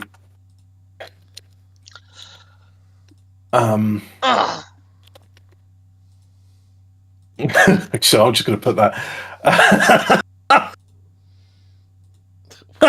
What you done of it? Right. You ready for this? Yeah. I'm using the literal translation, right? So, the first name, Justin, is une tache d'esperme. A tache. I forgot. Oh yeah, stain is a tache. And then sperm. Yeah, tache d'esperme, and then the next bit. And I was like, how is that a well? I'm surely a well is like called a Fortean, but it says here puit maximum, and it's like puit. It's very close to pute, which is slang for prostitute. Pute maximum. So tache d'esperme pute maximum was the procurer of these children, and I find that very funny, even though it's horrible. You gotta have a laugh, haven't you? You gotta have a laugh. Yeah, exactly. So tache d'esperme. What did she do? She procured children, well, boys. Their testimony over the course of the next 4 days was shocking and devastating. They described in sometimes gruesome detail the torture and murder of dozens of children over the course of years. Neither in the history of medieval trials, nor in any trial since, has there been testimony quite so hard to read. So we're not going to tell you any of it. You know what? I don't mind them skimming over the details, but my God, we're only at the... Oh, no, we're towards the end of this, so it's all right. When the witness testimony ended on the 20th of October, the prosecutor asked Gilles de Rais if he had anything to say. Did he just turn around and fart in the general direction? Yeah. I fart in your general direction, you he pulled down his pantaloon, spread his arse cheeks, and fart. or did the Ace Ventura thing and talked with his ass. I kind of like the thing like the other week where I posted who is the chief of wastewater in Wales, and his name on Twitter is Turd Herder 69. Yeah. And he was just like, he was getting a dressing down from that fucking BBC Karen for having a fucking laugh about his job. And it's like, look, it's called banter, mate. It's not something you would understand. Now go back, love, and make us a cup of tea. Yeah. But, put some knickers on and make us a cup of... He should have gone full fucking... what's his name? Oh, it'd have been brilliant. It's like, put your knickers on, love, make us a cup of tea. I've got work to do. But I've got some turd herding to do. Richie was so fucking incensed with it. He was just playing the Cobra's death fart over and over, just like, look, if she's interviewing that, you just need to make fart noises all the time. Don't entertain her questions with any seriousness. Yeah. How dare you have fun in your job? I'd be like, look, love, I'd love to carry on this interview, but I got some turds to herd, and then just point towards the sewage works. Yeah.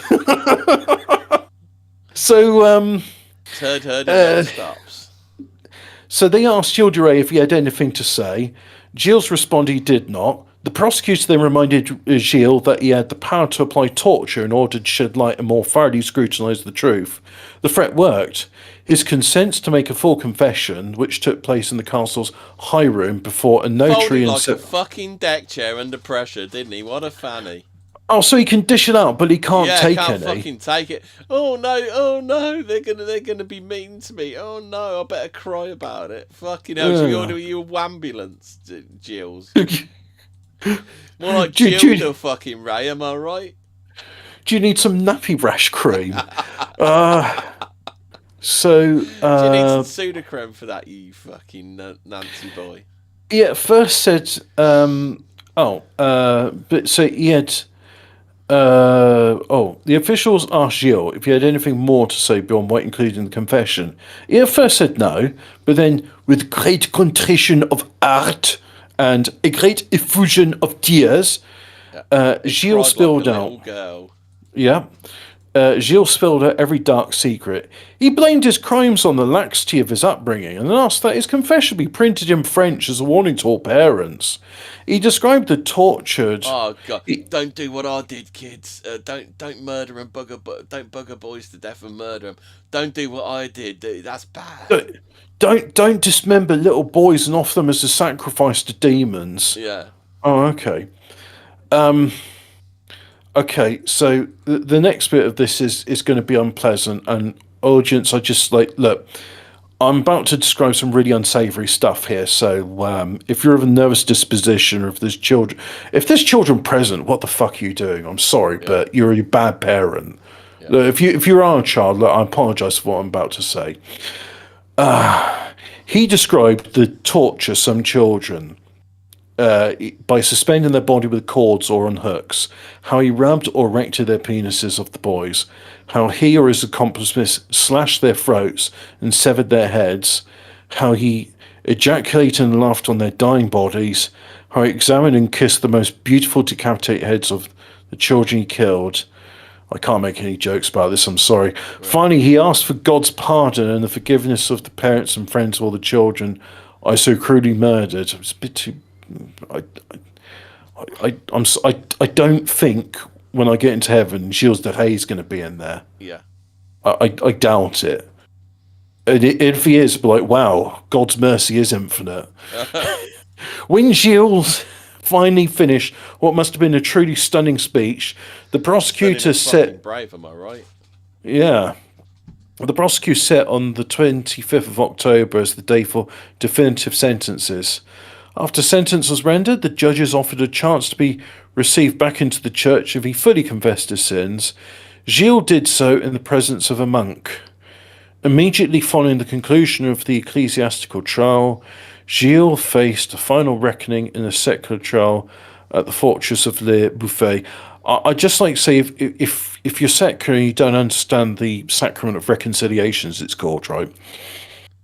Even if you've done stuff which is guilty, which is worthy of capital punishment, you can still make a confession and have forgiveness of your sins. And the penance you do, because there's a price to pay for your sins, so the penance you do in that case is you get your head chopped off, and then you go and meet God. Because it's like, well, look, no mortal man can judge you, only God can judge you. And that was understood why capital punishment execution. Or somebody who's got a YouTube channel and talks about orthodoxy. Well, I don't know. They can judge everybody. Well, yeah, because they're really good at that sort of stuff. But they're the most Christians that have ever. In the civilized world, you make a confession and you get executed because the only person that can at that point, it's just like, look, we're just going to send you to God for judgment now, and it's for God to judge you. It's not for man to judge you. Immediately following the conclusion of the ecclesiastical trial, Gilles faced a final reckoning in the secular trial at the fortress of Le Bouffay, where he confessed again, adding a few additional details. Gilles was sentenced to be hanged and burned. The sentence to be carried out the next day at 11 o'clock. On the 26th of October, Gilles de Rais... Because once he's hanged, like, the burning doesn't really do a lot, does it? I think it's more a case of the hanging kills him, and the burning's just like, yeah, we can't have his body around. Yeah. You don't want some Satanist using his bones as a relic. Yeah. So Gilles de Rais and the previously convicted Henriette and Poitiers were led in a procession from the castle of La Tourneuve to a meadow beyond the Loire that overlooked Nantes. Accompanying the condemned man was an immense crowd, chanting prayers and singing. At the execution site, 3 gibbets had been erected above 3 funeral pyres. The tallest gibbet, the one in the middle, was for Giles. Reaching the site, Giles knelt and begged for the crowd's forgiveness. Just before being led to the gibbet, Giles said to his 2 friends, "We have sinned, all 3 of us, but as soon as the souls depart from our bodies, we shall see God in his glory in heaven." Giles was hanged. When the flames burned through the hanging rope, 4 women of high rank rushed forward to snatch his body from the flames and put it into a coffin. Giles was buried in the nearby church of Notre-Dame du Carmel in Nantes. Henri and Poitou were also hanged and the bodies burned. So they fucking saved his body from burning. Oh. Right, and so here endeth the I've trial. got a little bit more. I found something more about this is from occultworld.com. Okay. Giles de Rais, Giles de Retz, 1404-1440. Fucking hell, it was only 36. Was a wealthy and distinguished French nobleman, blah, blah, blah. Giles de Monterey Laval, Baron de Rais, distinguished for the military as a young man. Right, so he had enormous wealth. Besides his inheritance, and he'd married a wealthy woman in 1420. He lived in a more lavish style than even the king. He employed hundreds of servants, hired 200 knights as bodyguards, and held extravagant parties. Giles eventually spent all of his money and went deeply in debt. So that's when he started selling castles off that we talked about earlier. He began selling off lands to pay off debt and finance his high-style living. In 1435, Charles officially prohibited him to sell or mortgage more land. Desperate, Giles turned to alchemy and began invoking demons in an attempt to gain more riches. Rumours began to circulate that Giles was involved in far more than alchemy, but was kidnapping children for sexual abuse, ritual torture and murder, which we read about earlier. The Duke of Brittany and his Chancellor, who were interested in confiscating Giles' lands if they could have him convicted of heresy. So this is the possible... he could have been framed, perhaps. But I don't know, there was a lot of missing children, so I don't know. Probably encouraged the rumours. Giles was arrested in September 1440 and charged with abducting and murdering more than 140 children in black mass rituals. He was brought into a trial in Nantes before both an ecclesiastical court and a civil I know court. you didn't say it, but it almost sounded like you said it in black mattress rituals. Yeah, probably. Black child child chairs. Oh, you mean with black tache de sperme marks on it? The church inquisitors brought 47 charges. Okay, they're saying 47 here. Among them were accusations that he sodomised boys and girls, hung them till they were nearly dead, raped them, then cut off their heads, burned, tortured and dismembered them. He was alleged to have let many bleed to death slowly, having intercourse with them while they died or after they were dead. He supposedly cut out their eyes and organs with a dagger and offered them to the devil. He was accused of gloating over their pain and suffering. Giles refused to plead to the charges, which he said were not true. He was threatened with excommunication, so pleaded not guilty. The ecclesiastical trial lasted 40 days. Giles was tortured until he confessed not only committing... This is completely different to the other story we were told, weren't it? Because he wasn't tortured. He folded like a deck chair, didn't he? So he didn't have to get tortured. Or did... Yeah. Several of his certain servants and alleged accomplices were also tortured. He's off again. In civil court, parents of missing children testified their children had disappeared in the vicinity of Giles Castle. Giles was condemned for heresy, sodomy and sacrilege and was found guilty of murder. The civil court sentenced him to death. On October the 26th, 1440, Giles was executed. By some accounts he was hanged, by other accounts he was strangled and set to burn, the common punishment for witches and sorcerers. His family was permitted to remove his body and bury it in a Carmelite church. So that's another perspective on it. Right, what a guy. What a he was a very busy little fella, weren't he? You know, I watched this documentary and it was by a Baptist, so I took it with a pinch of salt, but he was talking about the Kabbalah, and he was mentioning that the Knights Templar were a cabal of sorcerers. They weren't actually they weren't Christians. They were Christians in the same way that the priest who wrote Vatican II was a Christian.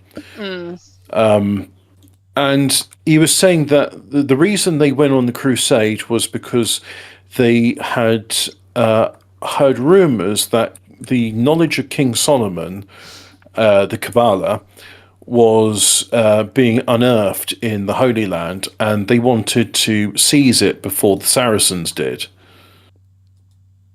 And I'm just wondering, was Giles de Rais a Kabbalist, or did that not exist back then? I don't know. I do not know. Well, the 1400s would have been, yeah, because the Crusades were like 1100s, weren't they? Well, I don't know what the timeline is, and when did the Knights Templar get burned at the stake? You know, that Friday the 13th thing. I don't know. Oh, maybe we'll do an episode about it, and we'll reference. Actually, that'd be a good one. Yeah, Knights Templar. We'll reference back to Giles de Rais and the naughty occultic stuff he did. Yeah. Naughty, I think, is a bit of. You need a word with a bit more bite than naughty, I think. But I think the audience appreciates that. I can't really dwell too much on the nature of his crimes. I find it's a bit unsavoury. Yeah. Mm.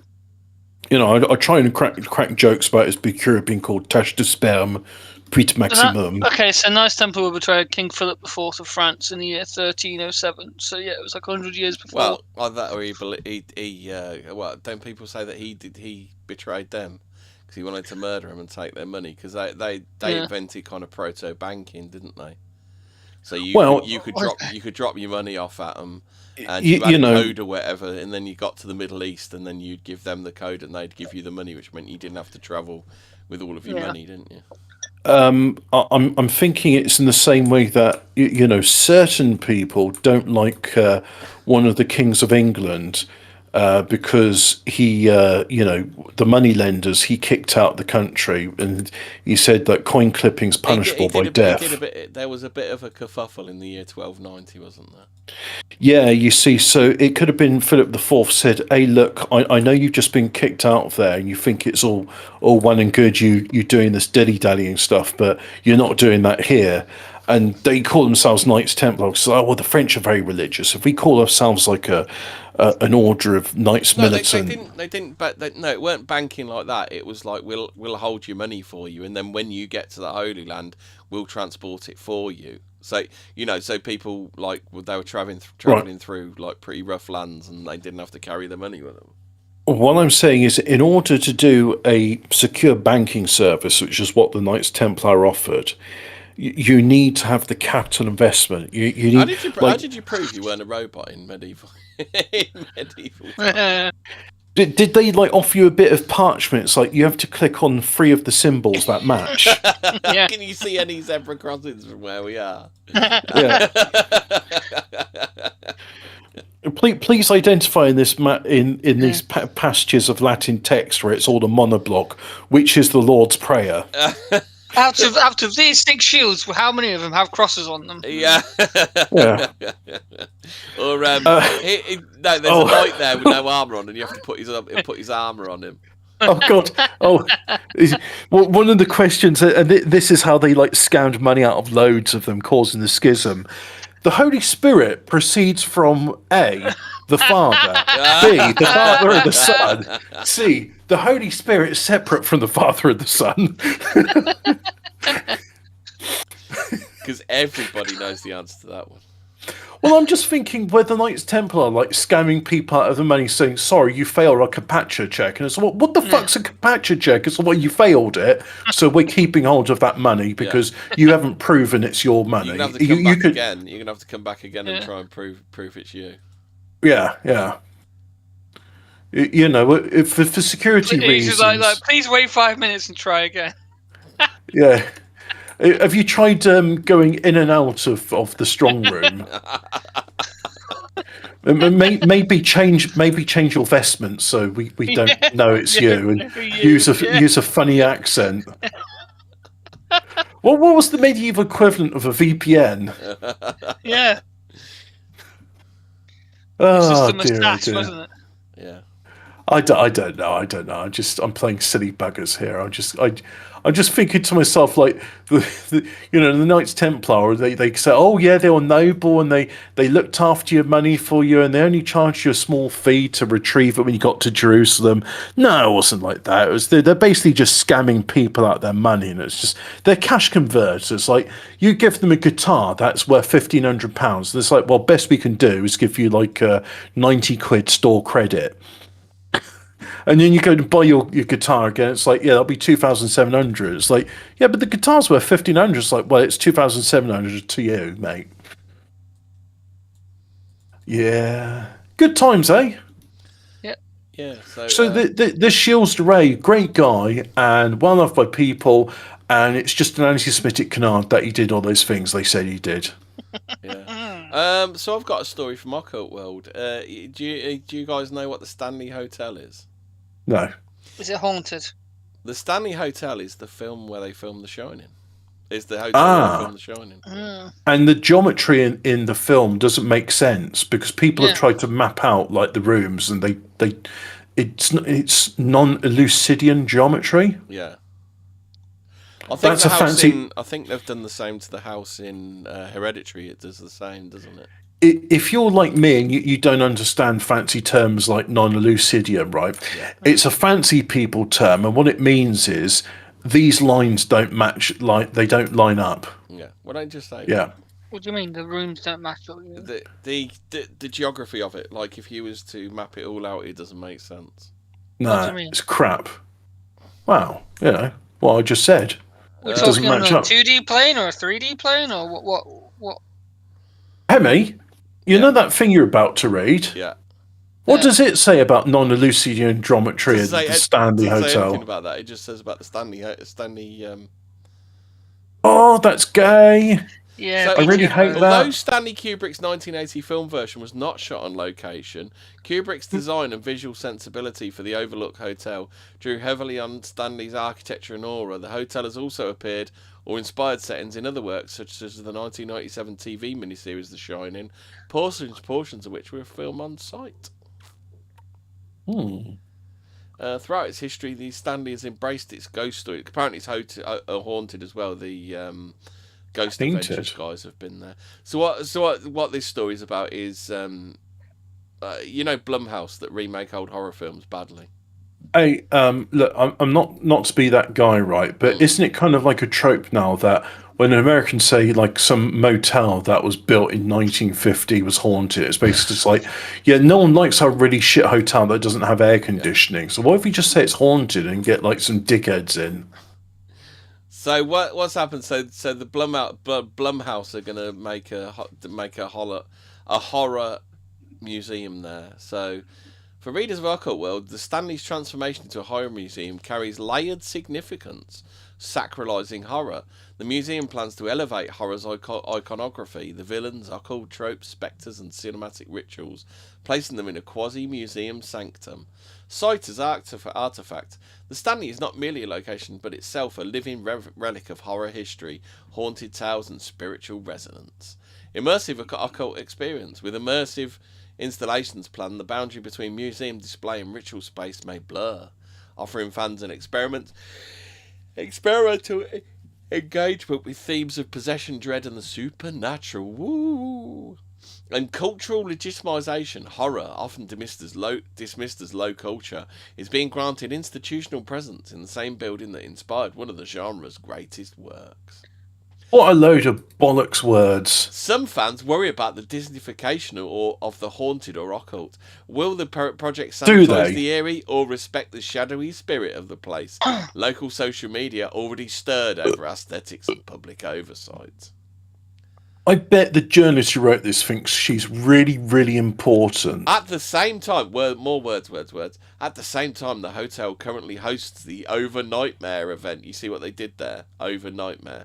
The Halloween period immersive horror weekend themed around the Blumhouse films, where guests are escorted through scenes, interact with actors in corridors, and indulge in haunting decor. That event can be seen as a precursor and testing ground for the full museum experience. I'm going to be like one of those Scooby-Doo monsters where, like, you know, Velma's like doing exposition dumping, and the monster's just like groaning in boredom, like words. So there you go. There's some words. Fucking love words. Yeah. What is exorcism? The ancient art of driving out spirits. Oh, I thought we were going to do. Question. What are we going to do? I thought we were going to do that in another episode, the exorcism stuff. Yeah. Well, we can do it sort of. Demons. Do you want to do what is druidry? Ooh. Yeah, that. Did you know Winston Churchill was a high druid? I didn't think he could be, because it was an oral tradition and it's all dead. It's fucking dead, you cunt. Yeah, it's like Odinism, isn't it? It's like Eric Gardner inducted him into the stuff. You know. We just have an episode where we laugh at. Well, fuck all those cunts. Yeah, what Brutus said. Yeah. I can't find he's fucking dead, you cunt. So I had to do that. Yeah. So about that Blumhouse exhibit. You could go to there right now and you could check it out, but I recommend you don't. Yeah, exactly. Hey, you got your old soundboard working. Well done. No, it's the soundboard on here, isn't it? Is it? Yeah. Yeah. Ah. Jelly tit, Josh.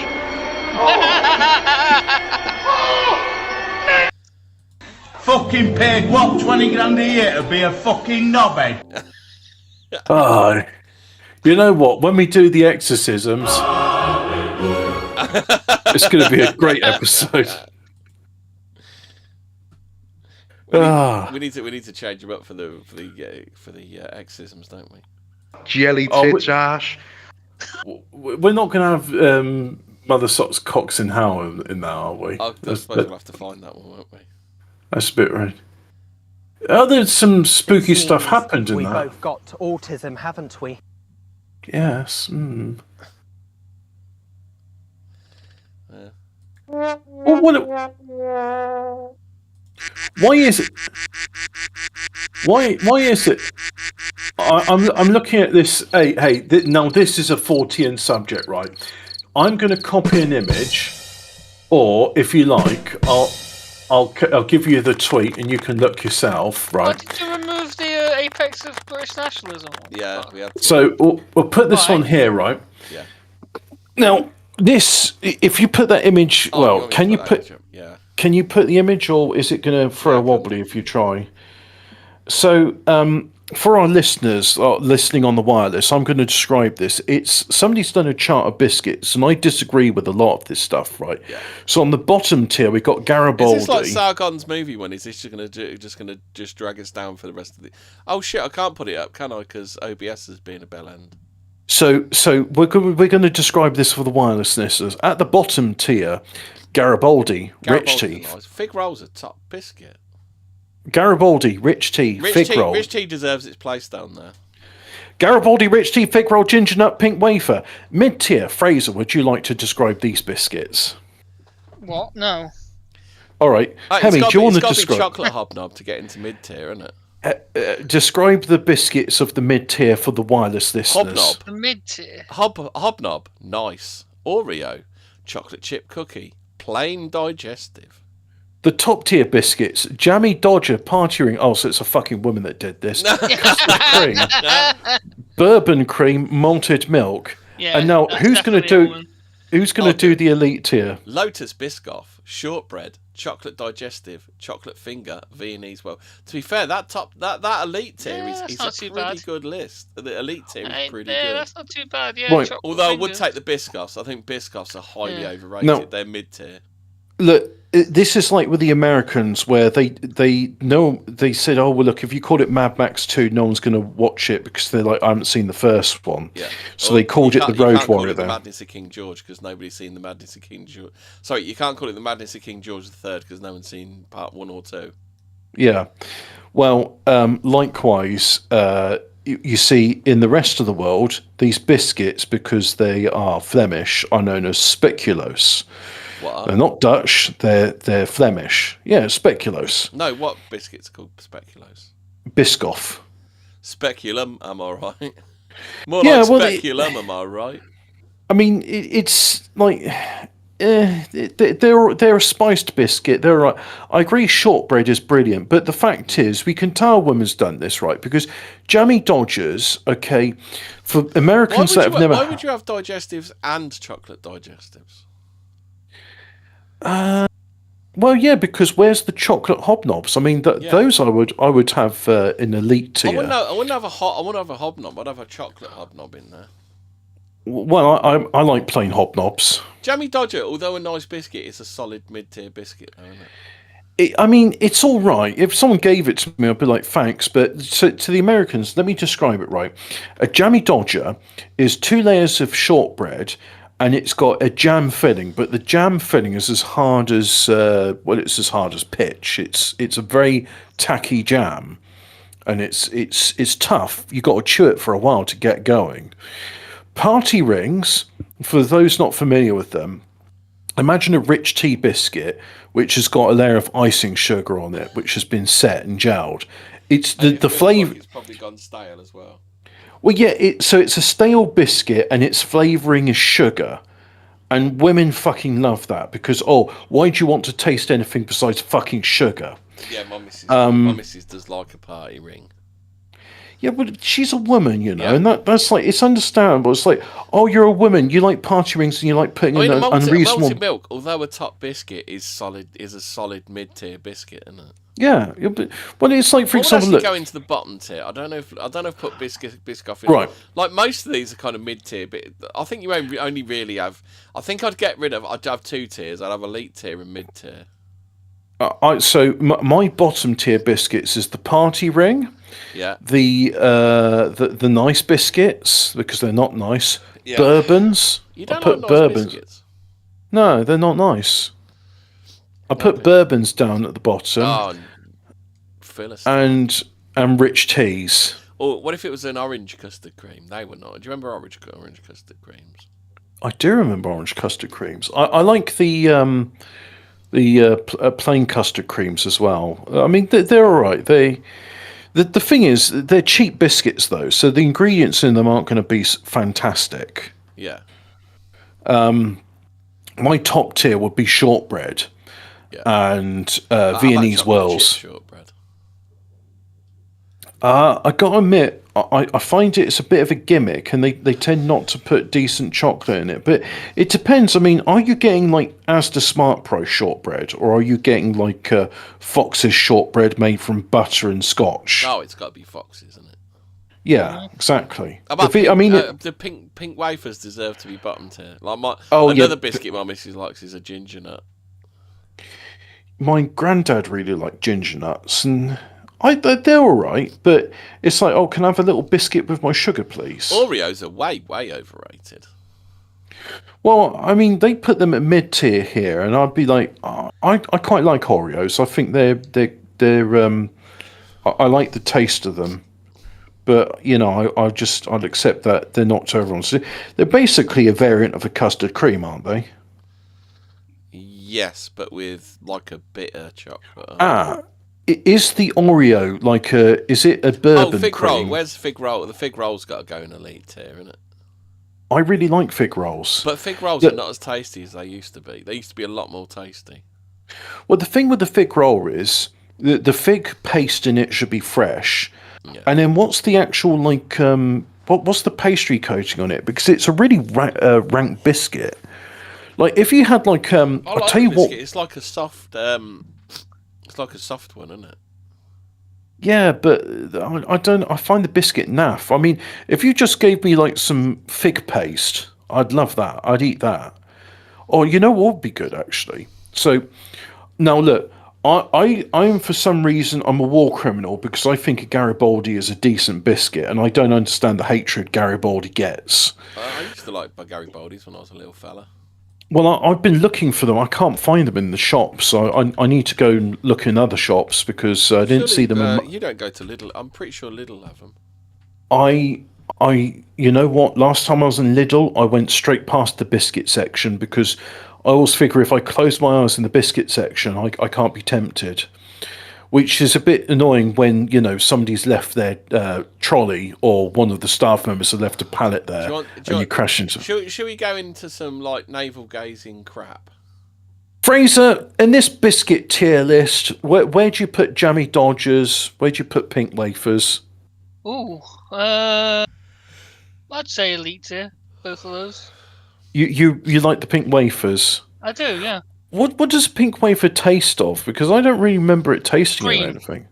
It tasted sweet cream. Yeah, it's like a creamy kind of vanilla-y. Is it vanilla? I don't know if it's vanilla. It's like a cream vanilla. I believe the French would call it a crème pâtissière. Yeah. Let's be posh about it. Speaking of posh, if I had a Garibaldi, but instead of currants being the filling, it was fig, I'd really like that. Rich tea biscuits. Now, rich tea, you know they're dog shit. Crap tea. Yeah, crap tea. Do you dip them in tea when you have them, or do you have them on their own? No, that's shit. They're just. I wouldn't waste the time. They just soak the tea straight up and flop into the bottom of your fucking cup, don't they? They're exactly. No use whatsoever, are they? They have got the consistency of a ginger nut biscuit. I do have a good question for you. Plain digestive. Would you eat one with cheese? Oh, fuck no. Well, you get them in cracker boxes, don't you? You do, yeah. Yeah. No, haram. Fucking haram. What? So you've never had some apricot Wensleydale and gone, oh, well, this is sweet, I'll put it on the digestive cracker then? Yeah. No, never once crossed my mind. Never. You don't like to mix sweet and savoury? No. It was only this Christmas that the missus actually that I told the missus that they're digestive biscuits. She didn't know. Did she not wonder, the texture of this is similar to a digestive? She obviously never ate them before. And the flavour of it is similar to a digestive. Yeah. No, I quite like malted milk. I think malted milk's quite nice, but then again, I like the taste of Horlicks. I do like them, but they're not a top tier. They're not even they're like a mid-tier biscuit, aren't they?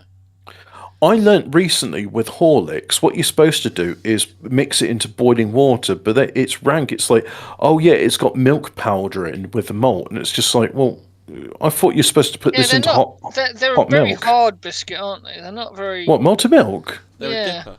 No. They're I would say they're about as hard as shortbread. Yeah. Shortbread could be pretty hard. No? No. Malted milk's way harder than shortbread. I think some of the hardest biscuits you can have is the ginger nut, the Oreo, and the party ring, and of course, the Jammy Dodger. Party ring, you could build fucking houses out of that shit. The Jammy Dodger, it's not that the biscuit's hard; it's just the jam filling. Like I said, it's like bitumen. It's tough. It's chewy. So Americans imagine. It's because it's the boxy shape, isn't it? And there's the indent in the middle for the malted milks, right? The jam is. Do you remember when they used to be rounded? The edges is crispy and They changed the design as well because it's a heart now, and it used to be just round, didn't it? What, the Jammy Dodgers? Yeah. No, they're still round, aren't they? No, they've got a heart shape. If you're looking at that picture. What? That's what they're like now. They've ruined them. They made them all gay. What? Okay. Right. That's what they've always looked like. No, they were round. Oh, I have got a Fortean subject. I've got a. John, I'm not sure actually. I'm sure this is TK Randall's. I'll win a TK Randall's. What if the physical world was a manifestation of consciousness rather than the other way round? Well, yeah. That's what David Icke's been saying for years. The true nature of consciousness and how it arises continues to remain one of the biggest unanswered questions in modern science. While conventional views tend to suggest that consciousness is created by the physical brain, more recently we've heard from a growing number of scientists who believe that consciousness may instead be a more fundamental part of the universe, something that pervades everything. Taking this one step beyond, neuroscientist Christopher. That's a great song to do in karaoke, right? So anybody, here's a top tip, right? Let's say no, it's not even like that. You've oversung it, Fraser. You picture the situation. That's it. Yeah. You are in a karaoke bar. You've been dragged there by. Hang on. Let me just build it up, right? You've been dragged to a karaoke bar, you can't sing, you're feeling nervous, you're like, oh, what do I sing? It's very simple, right? You go, you look for madness, one step beyond. Mm-hmm. You've got an intro, which you speak, it's not sung. And then, for the rest of the song, all you have to do on the stage, every half an hour, every twice a minute, is you go, one step beyond, da-da-da, da-da-da-da-da, da da da da da da da da da. Is it my cue? One step beyond. Da da da da da da da. It's brilliant. If you're doing it for karaoke, all you got to do is just stand there. It's the easiest karaoke song ever. Right? Look at your watch. Go. Well, that's another 30 seconds. One step beyond. Night Back to Cairo is very similar, isn't it? Because there's just a bit in the middle, isn't it? It's just gone noon, half past monsoon on the banks of the River Nile. You just sing that bit, don't you? Yeah, I don't know that one. Like, that's got one verse in it, and then it's like do do do do do do do. I would say if you're feeling a bit more confident in the karaoke, but your singing range is a bit of a monotone like mine, a very good song to do is Sham 69. Hurry Up Harry. Hurry up, Harry! Come on! Hurry up, Harry, come on. You can do Firestarter. We are going down the pub. Firestarter. It's a bit. I mean, it depends what you feel like singing, but I'd be quite happy to sing Hurry Up, Harry. We're going to the pub, so finish up your grub. That's some brilliant songwriting, isn't it? Christoph Koch of the Allen Institute argues that consciousness may in fact be all there actually is, and anything else, including the physical universe, is a manifestation of it. According to this theory, everything we see and feel is mediated by conscious experience. The physical world, far from creating consciousness, is only secondary to it. Another proponent of this idea is Nico Regente, the Institute for Advanced Consciousness Studies. Wow, that sounds like a fucking... Is that a money laundering operation? It's got to be, isn't it? I think it's one of those, we're hippies, but we have to work. Yeah. How can we legitimize this? Who maintains that this way of seeing the universe can answer a few fundamental questions, such as how consciousness would otherwise arise from the physical brain, or what is the universe? What it is that the universe is. What it is, fool. What it is. Instead of asking how matter produces mind, we ask how mind structures itself into the appearance of matter, he said. Many of our hardest problems may turn out to be artifacts of starting from the wrong place. What a load of fucking psychobabble. Look, David Icke has done this in a much...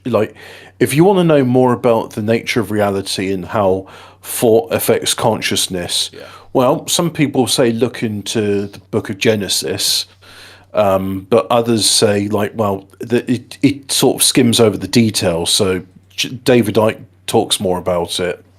In Joey's Hungry News, Death Adder's been pretending to be a middle schooler, but now Death Adder thinks that Joe has figured out that he's not a middle schooler. He ignores him now.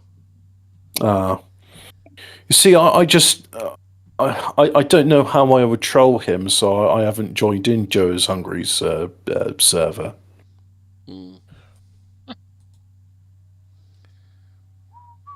Oh, have you seen that thing with the mask? The bloke that's on telly with the thing out in his neck. No. It's like the bottom of the mask is flapping while the bloke's talking on the news. No, you've not seen that one? Well, we don't watch television, so how about you tell us, exactly. you boomer? Yeah. No, it weren't television. It's been all over Twitter. Yeah? Yeah. Oh. It's not something that would be on the BBC then? Here you go. No, it's on Yank Telly. Here you go, I'll pick that picture. You seen that picture around? Let's have a look at this picture then. Oh, I was actually in Discord. Yeah. A friend sent me a message and I haven't spoken to them. Oh, yeah. So for the audience on the wireless thing, there's been this popular internet conspiracy theory going on around for a while, where people wear these masks, and they're these full latex masks you wrap all the way around your head, and people doing them for whatever reason. Now, people were noticing on this thing that he didn't put the mask on like all the way down, and you could see the bit where his neck flesh begins and the mask ends, and it's like, why are you wearing a mask? And yeah, do you know that this isn't like the first time? Like, I mean, this is weird in itself, but there was a thing that used to be on Richie's stream. I called it the fancy lad section. And it would be these fancy lads that wear these. They weren't realistic, but they were just like a stylized caricature of a female's face and as a latex mask, and they'd wear it on top of theirs, and they'd make themselves look like an anime doll, and they sort of wear costume dresses and stuff like that. And yeah, I mean, it was creepy, but it was creepy in a weird way. I don't know. Yeah, it was fucking creepy. Yeah. Anything else? Any other news of it? Yes. I posted this link, and I'll read the story out, and it's about Hiroshima. So there was one house in Hiroshima the atomic bomb couldn't destroy, and what the scientists found inside has never been explained. So the 6th of August 1945, the first nuclear weapon in history detonates over the city. Well, it wasn't the first. Well, they detonated a bomb in New Mexico before them. Within seconds, tens of thousands of people are dead. Everything for miles is gone, flattened, vaporized, reduced to a smoking wasteland as far as the eye can see.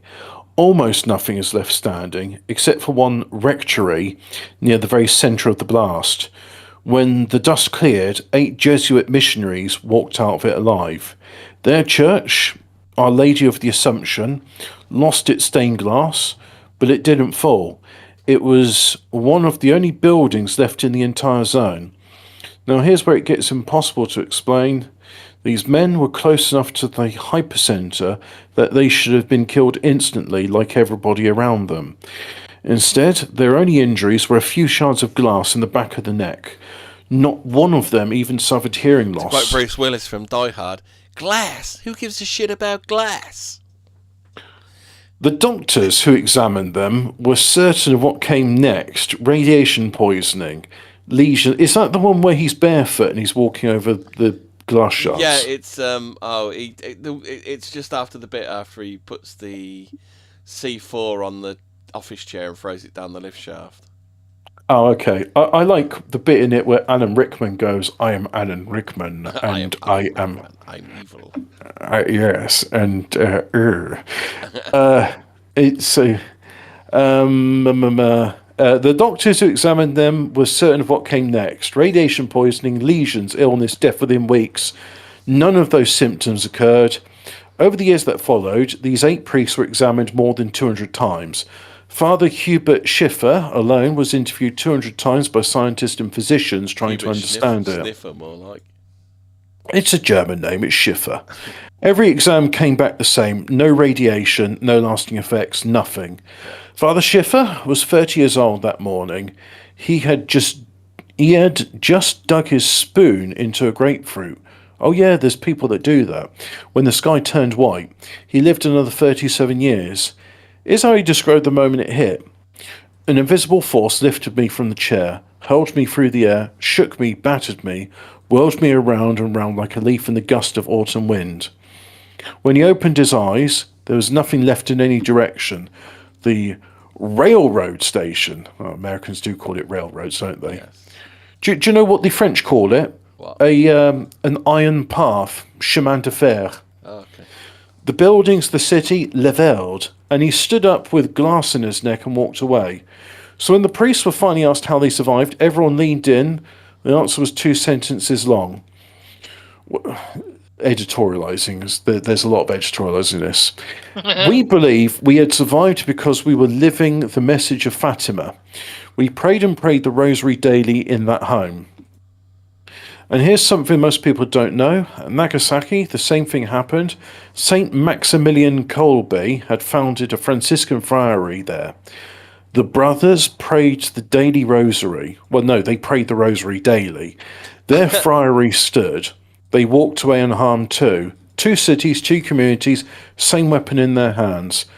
This is what Our Lady has been trying to tell us all along. The rosary is more powerful than every nuclear arsenal on Earth combined. Well, I think if you had a rosary up... Okay, I don't want to belittle this, but I would say, like, people should carefully study how these buildings are constructed to offer such effective...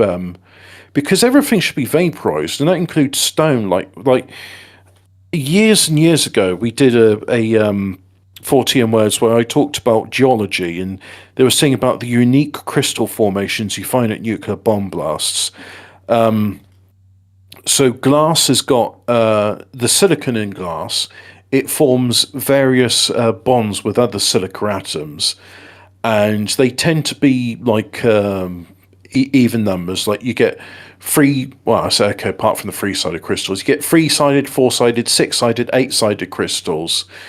But it's very rare, and in fact, it's never been observed before the atomic bomb test to have a 5-sided crystal. But they were finding 5-sided crystals after the in the vitrified desert floor. And the point I'm saying about that is that if the nuclear bomb's hot enough that it can turn desert sand into glass, then how on earth does this buildings? I mean, I'd love to see the buildings itself. I mean, do they still stand?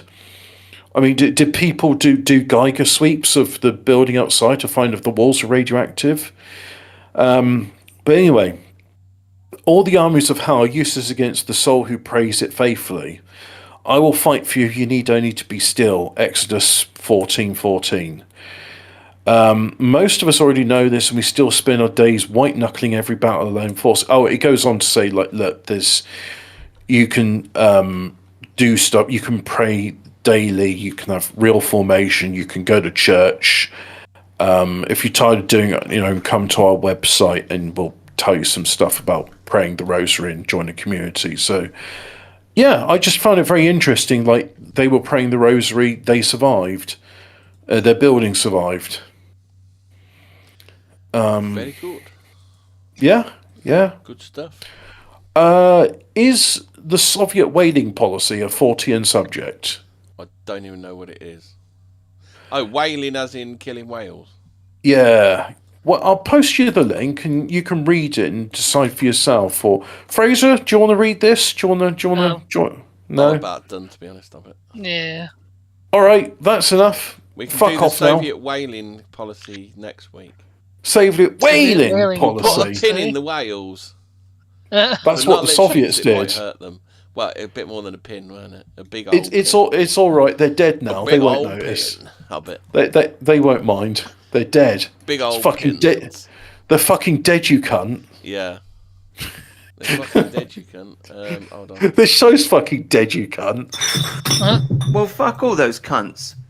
Exactly. Yeah. Jelly tit Josh. You could go to there right now and you could check it out, but I recommend you don't. Fucking paid what, 20 grand a year to be a fucking knobhead?